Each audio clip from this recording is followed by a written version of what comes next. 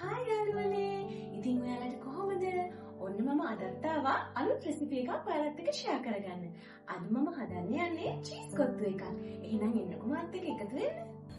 හරි මම මේකට කැරට්, ලීක්ස්, ගෝවා, තක්කාලි වගේම මිරිස් කරපිංචා එකතු කරගන්නවා.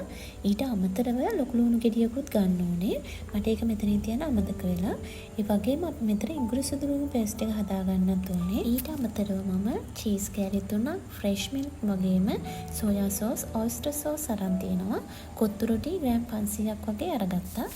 මුලින්ම මම එළවලු ටික කපා ගන්නවා. එළවලු නම් පුළුවන් තරම් හීනියටම කපා ගන්න.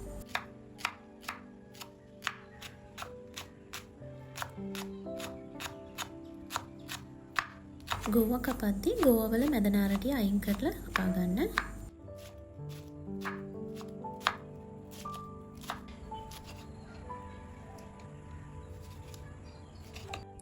ඉඟුරු සුදු ලුණු ගනිද්දි පොදු ඉවත් නොකර හොඳින් සෝදලා කොටා ගන්න. රයිස් එකකදී වුණත් කොත්තු එකකදී වුණත් ඉඟුරු සුදු ලුණු මෙහෙම කොටලා ගනිද්දි කෑමකට අමුතුම රසයක් එනවා. අනිත් කාරණේ මේ ගානට විතර කෙටුනාම හොඳටම ඇති.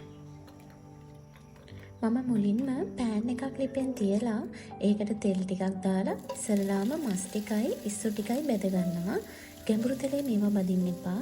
ඔයාලගේ කැමැත්ත අනුව තව මීට්ස් ಜಾති මේකට එකතු කරගන්න පුළුවන්.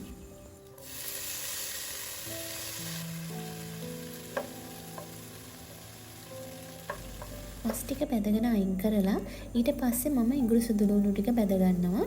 මම මෙතනදී බටර් ටිකකුත් දානවා. එතකොට එළවලු වලට හරි කිරි රසක් එනවා. ඊට පස්සේ රවුමට කපාගත්ත ලුණු, කරපිංචා වගේම කපාගත් කැරට්, ගෝවා, ලීක්ස් වල සුදු පාට කොටසත් මම එකතු කරනවා.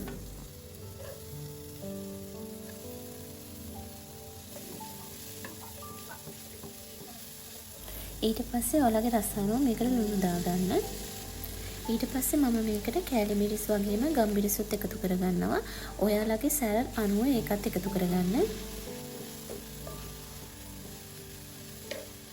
එළවලු ටික විනාඩි 10ක් විතර ෆ්‍රයි කරගත්තට පස්සේ මම ඒක චුට්ටක් අයිනට කරලා බිත්තර දෙකක් ෆ්‍රයි කරගන්නවා. ඒකට ලුණු ගම්මිරිස් කුඩු ටිකකුත් එකතු කරලා හොඳින් හැදිගා ගන්න. විනාඩි 2ක් විතර ගියාම මම කොත්තු රොටි ටික ඒකට එකතු කරනවා. බිත්තර වල තෙතමනේ තියෙන්දිම තමයි අපි කොත්තු රොටි ටික ටික එකතු කරගන්න ඕනේ.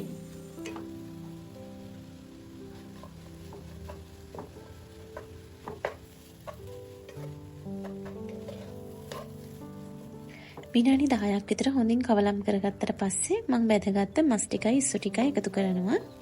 ඒ ටිකත් හොඳින් මේකට කවලම් කරලා මම ෆ්‍රෙෂ් මිල්ක් ටික එකතු කරගන්නවා. ෆ්‍රෙෂ් මිල්ක් ගොඩාක් එකතු කරගන්න එපා. එතකොට අපේ චීස් කොත්තු එක ගොඩක් ඇලෙන්න පුළුවන්. ඔයාලා මේ විදිහට කැමති නම් ෆ්‍රෙෂ් මිල්ක් ටිකක් වැඩිපුර එකතු කරගන්න. ඊට පස්සේ මම ඒකටම තක්කාලි ටික එකතු කරගෙන හොඳින් කවලම් කරගන්නවා. ෆ්‍රෙෂ් මිල්ක් ටික හොඳින් කවලම් කරගත්තට පස්සේ මම චීස් ඇඩ් කරනවා. මම චීස් කෑලි 3යි දාන්නේ. ඔයාලා කැමති නම් තව චීස් ඇඩ් කරගන්න පුළුවන්. ඉතින් චීස් කොත්තුවට චීස් ඇඩ් කරන තරමට රසයි. ඊට පස්සේ මම ඒකටම ඔයිස්ටර් සෝස් ටිකකුයි සොයි සෝස් ටිකකුයි එකතු කරගන්නවා.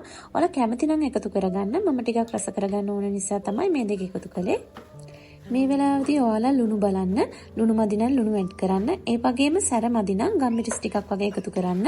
අපි ඇඩ් කරගත්තු චීස් හොඳට මෙල්ට් වෙන්න ඕනේ. ඒ නිසා හොඳින් හැදි ගන්න. විනාඩි 5ක් 10ක් හොඳින් කවලම් කරගත්තට පස්සේ මම ලිප ඕෆ් කරලා හිනියට කපාගත්තු ලීක්ස් කොළ ටික එකතු කරනවා. තව මේක රස කරගන්න ඔයාලට මොසරෙලා චීස් තියෙනවා නම් ඒ ටිකකුත් එකතු කරගන්න. චීස් කොත්තුවක් ඉතින් හදපු ගමන් උණුවෙන්ම කනකොට තමයි රස. ඒ නිසා කන්න ලඟ වෙලාම චීස් කොත්තුවක් ගෙදර හදනවා නම් හදන්න. එහෙනම් මම අදට ගිහින් එන්න ආයෙත් දවසක රස රෙසිපි එකකින් හම්බෙමු. ඔයාලා හැමෝම සතුටින් පරිස්සමින් ආරක්ෂිත වෙන්න.